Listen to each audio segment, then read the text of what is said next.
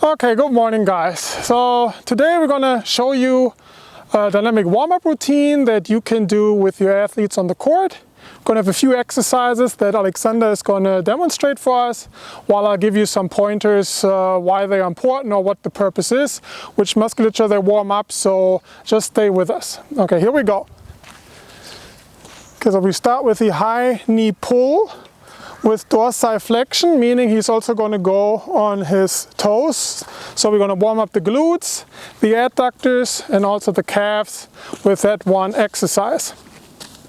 Next we have the butt kicks, which warms up the quads and the front of the leg.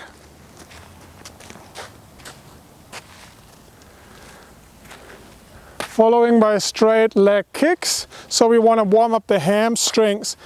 You really want to see that you do it in a controlled fashion, so that it's not going to be too fast, so you don't pull anything. Next we have the single leg RDL with quad stretch. This is an exercise also for balance, so hopefully you'll keep your balance while you do it.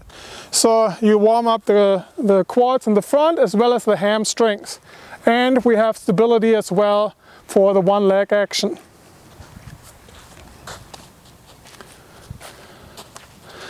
Next we have the diagonal lunge with rotation, which basically mimics a ground stroke in closed stance. So you're in the diagonal lunge, you rotate to the right, to the left, come up. So you want to start rotating to the side first, wherever the leg is in front. Good. And also make sure that the upper body really rotates, so it's not just arm swings, but the upper body rotates. Next we have the lunge with overhead reach. With this stretch we're going to stretch the ab muscles as well as the latissimus dorsi for overhead action.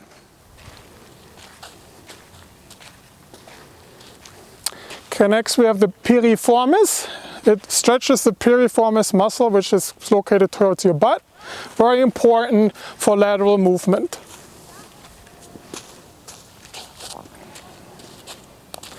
Okay, next we got the duck walk. So you really want to try to get as low as you can.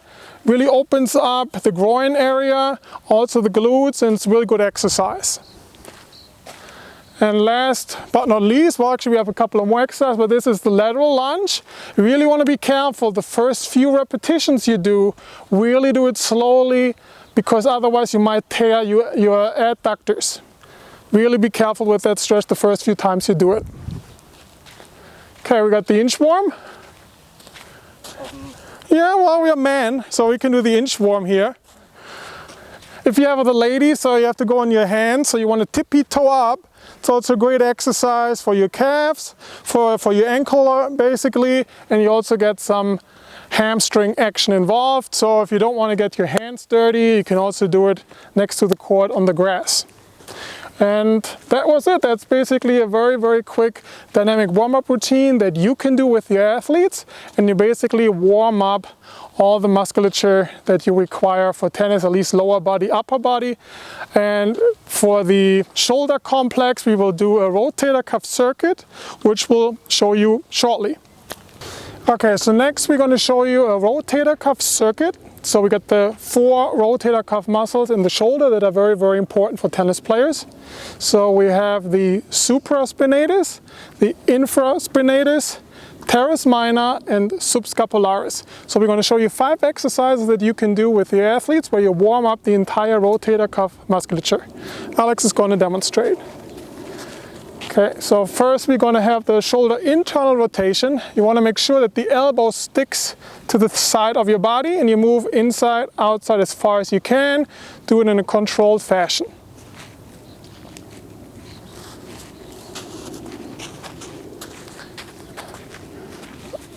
Okay, next we're going to have the external rotation. Similar thing, you have the elbow on the hip bone and you move from inside to the outside as far as you can. Shoulder stays with you, as you can see Alex performing it. Then you also do that on the other side, so on both sides, both arms you will do it. Good.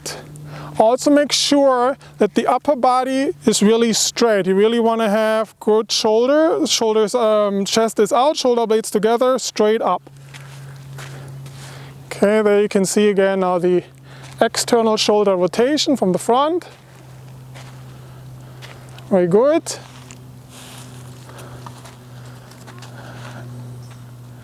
Okay, next we're going to have the horizontal abducted external rotation. So you want to make sure, same thing, you straighten the upper body, shoulder is about this level high, you go from the front up. Here again in a controlled fashion.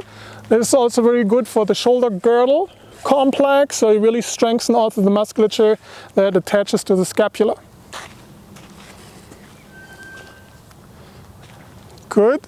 You just want to make sure you don't raise the arm too high, because then the head of the humerus is not really in the fossa of the shoulder, so which is not ideal. Therefore we have the arm a little bit lower and do the movement this way.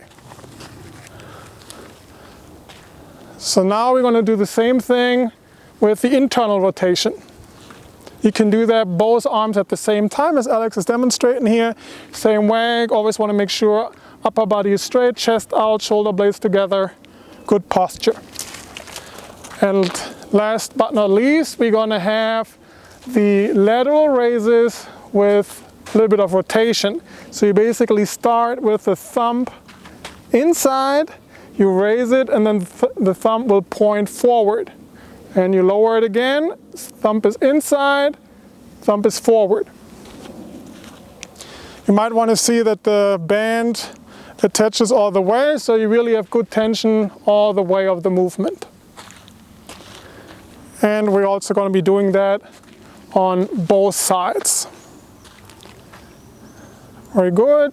Slowly and in a controlled fashion. You don't want to be doing that too fast, because the rotator cuff muscles are very deep inside the shoulder, small muscles, and we don't want to cause any muscle tears, because that will be painful and will prevent you from playing tennis. Okay, so once the practice is done, we're going to show you like a quick cool down that you also can do with your athletes. It's very, very simple, and it's called the rectangle run. So the athletes is facing towards the net at all times. You move sideways, laterally along the baseline. You forward jog towards the net, side step alongside the net, back pedal, and side step again. And you can do that slowly, as long as you like, for 5 minutes, whatever you prefer. We're going to show you a couple of times how it's done. Okay, here we go. And very, very nice and easy forward jog. You can also do arm swings with it if we prefer. Nice and slow. So we also want to make sure that we use all the musculature we used during the training session. That's why we have the lateral movement as well as the forward jog, back pedaling. So we kind of cover everything with this nice and little cool down exercise. Okay, one more time. Okay, good. And that's it for a little quick demonstration. Again, you can do that for a longer period of time, whatever you like. 5 minutes, 5 to 8 minutes is usually ideal. And you can do that with as many athletes as you want. You just want to make sure that they don't trip over each other. Thank you. Well, that's it again for today's episode. As usual, opinions differ. What's your point of view? Let us know below in the comment section. A brand new episode will be available next Sunday. So make sure you don't miss it and subscribe. In the meantime, I recommend you watch some of the previous episodes. You should really watch them all. If you like what you saw, tell your friends. I'm sure they will appreciate it. I'm Philipp Halfmann. Thank you for watching and auf Wiedersehen. Tennis Conditioning TV episodes are licensed under Creative Commons. You are welcome to link or embed these videos, forward them to others, and share these ideas with people you know. Brought to you by Advanced Concepts of Strength and Conditioning for Tennis. Available at tennisconditioningbook.com. Music by Dan O at danosongs.com.